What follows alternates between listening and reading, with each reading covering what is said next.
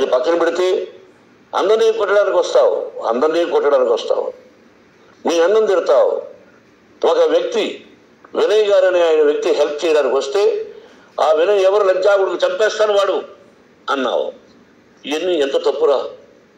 అంటే మీ నాన్నగారికి ఎవరు సహాయం చేయడానికి వస్తే వాళ్ళందరినీ లంచాకుడుకులు అంటావు, చంపేస్తానంటావు. మీ అన్నను చంపేస్తానన్నావు. చంపరా చూద్దాం మీ అన్న. నేనే అన్నా. తాకరా నీ ధైర్యం ఉంటే అన్నా. ఎంతమందిని చంపాలనుకుంటున్నావు, ఎంతమందిని చేయాలనుకుంటున్నావు, నువ్వు ఏం సాధించాలనుకుంటున్నావు ఆలోచించుకో. ఇంట్లోకి అడుగు పెట్టడానికి నీకు అధికారం లేదు. ఇది నా కష్టార్జితం. మా నాన్నగారు 10 రూపాయలు 10 పైసలు కూడా ఇవ్వలేదురా. మంచి జన్మనిచ్చాడు మా నాన్నగారు. మద్రాసుకు వెళ్ళి వీధుల్లో అడుగు తిన్నాను రా. ఒక పూట కూడా భోజనం లేకుండా అడుగుతున్నాను రా. న్యాయంగా మోహన్ బాబు తిడతాడు కొడతాడంటారు కానీ మోసగడనం లేదురా. నీట్ పార్లమెంటేరియన్గా బయట వచ్చాను రా. నువ్వు నా పరువు ప్రఖ్యాతులు మంట కలిపావు. ఏమిటి నేను చేసిన అన్యాయం? నీకు జన్మనిచ్చాను, అదా నేను చేసిన పాపం. అందుకే ఇది నా ఇల్లు అన్నావు. నువ్వు నీ ఇల్లు కాదు.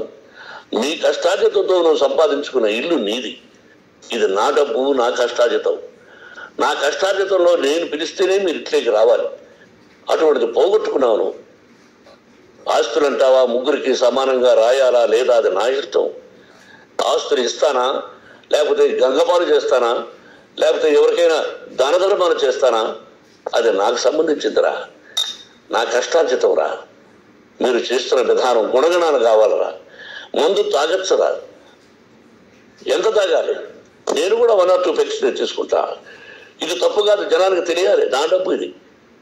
ఏ తాగి ఎవరిని కొట్ల తాగి నేను తింటున్నా, అది ప్రజలకు అక్కర్లా. నేను తప్పు చేస్తేనే ప్రజలకు కావాలా.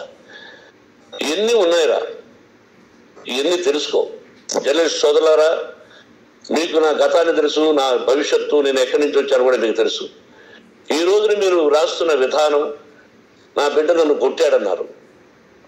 ఎంత తప్పు. ఈ రోజున నా బిడ్డ మీద కోపంతో అవును చెప్పచ్చు. కాదు, వాడు నా మీద చెయ్యెత్తలేదు. నేను ఘర్షణ పడ్డా. ఘర్షణ వేరు, కొట్టుకోవడం వేరు. గాయాలతో హాస్పిటల్కి వచ్చి కుంటుకుంటుగా నడిచాడు. మళ్ళీ ఏమని పోలీస్ స్టేషన్కి వెళ్ళి చెప్పాడు. ఎవరో 2 ఉన్నారు, వాళ్ళిద్దరూ నా మీద దాడి చేశారన్నాడు. నా ఇంట్లో పనిచేస్తున్న వ్యక్తుల గురించి పోలీస్ స్టేషన్కి వెళ్ళి చెప్పవలసిన అవసరం అతనికి లేదు, హక్కు లేదు. పోలీస్ డిపార్ట్మెంట్ కూడా తెలుసుకోవాల్సిన విషయం. నా ఇంట్లో ఉండే వర్కర్స్ మీద నేను కంప్లైంట్ ఇవ్వాలి. నువ్వు పర్మిషన్ లేకుండా నా ఇంట్లోకి నువ్వు చొరబడి ఇల్లు నాదంటూ ఇంట్లో పనిచేస్తున్న వర్కర్స్ మీద కంప్లైంట్ ఇచ్చావు. అది ఎంతవరకు పోలీసు న్యాయము, రూల్స్ చూద్దాం. పోలీస్ డిపార్ట్మెంట్ ఇంటికి వచ్చింది. వాళ్ళకి రాశాను ఉత్తరం. అయ్యా, నేను సీనియర్ సిటిజన్ని, నాకు రక్షణ లేకుండా ఉంది నా బిడ్డ వల్ల. నా ఇంట్లో నుంచి నా బిడ్డను పంపించేసి ఇది నా ఇల్లని. వాళ్ళు నాకు సమాధానం ఇవ్వలేదు. ఇవ్వకపోగా ఎవరిని పట్టించుకోలేదు. ఇప్పుడు పోలీసు వాళ్ళు వచ్చి ఏమండి రూల్స్ ప్రకారం నా బిడ్డ ఇంటికి రాకూడదంటే మాకు హయ్యర్ డిపార్ట్మెంట్, హయ్యర్ అథారిటీ వాడు ఫోన్ చేశారు. మీరు ఎవరిని స్టాప్ చేయొద్దండి, బయట నుంచి ఎవరైనా వస్తే వాళ్ళని స్టాప్ చేయండి అన్నారు. 2 రోజుల నుంచి 10 మంది 20 మంది వస్తున్నారు. వాళ్ళు అలా చూస్తూ నిలబడ్డారు. వాళ్ళు ఫోటోలు తీసుకున్నారు. వాళ్ళ మీద మళ్ళీ వదిలేస్తున్నారు. ఎవరిని నిందించాలి? But I give respect to the police department.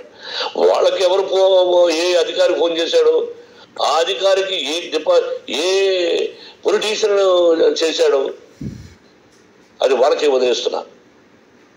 కాబట్టి వాళ్ళు పోలీస్ కంప్లైంట్ ఇచ్చినా కూడా మేము సంబంధం లేదని అంటున్నారు. కాబట్టి నేను నా బిడ్డను నిన్ను నాపు చేస్తున్నా. నువ్వు ఇంట్లోకి వచ్చే అధికారం నీకు లేదు. నువ్వు వచ్చి నీ బిడ్డను తీసుకెళ్ళు. సంతోషం. నువ్వు రాలేదు, నీ బిడ్డను జాగ్రత్తగానే చూసుకుంటావు. Take care yourself daughter, that's all. మీ అమ్మ హాస్పిటల్లో అడ్మిట్ అయింది. రేపో ఎల్లుండో మీ అమ్మను పిలిపించి బాగైన తర్వాత ఇదిగో నువ్వు నీ కొడుకు బిడ్డను తీసుకెళ్ళి వాడికి అప్పచెప్పని చెప్తారు పోలీసు వాళ్ళ ఆధ్వర్యంలో. ఇది 100% జర్నలిస్టు సోదరులారా, పులి స్టాప్ పెట్టండి. మీకు కుటుంబాలు ఉన్నాయి, మీ యజమానులకు కుటుంబాలు ఉన్నాయి. మీ కుటుంబాల విషయాలు, మీ యజమానుల కుటుంబాల విషయాలు మేము ఎవరు జోక్యం చేసుకోరా. మేము నటీనటులం. మాది తప్పుంటే నటుడుగా నన్ను ఫెయిల్యూర్ అని రాయండి, నా నటన బాగలేకపోతే రాయండి. బట్ ఇంటి లోపల సందులో నుంచి చూస్తూ తప్పు చేస్తున్నామని ఉన్నది లేనిది ఉన్నట్టు రాయకండి. మీకు నా హృదయపూర్వక నమస్కారాలు. ఇన్ని రోజులు హృదయపూర్వకంగా ఎంకరేజ్మెంట్ చేశారు. ఆ ఎంకరేజ్మెంట్కు నమస్కారం చేసుకుంటూ I love you all. I love you police department. మీరు న్యాయంగా ధర్మంగా నడుచుకోండి, ఎవరికి తొత్తుల్లాగా ఉండద్దండి అని మనవి చేసుకుంటూ నేను సెలవు తీసుకుంటాను. Thank you very much for all the journalist.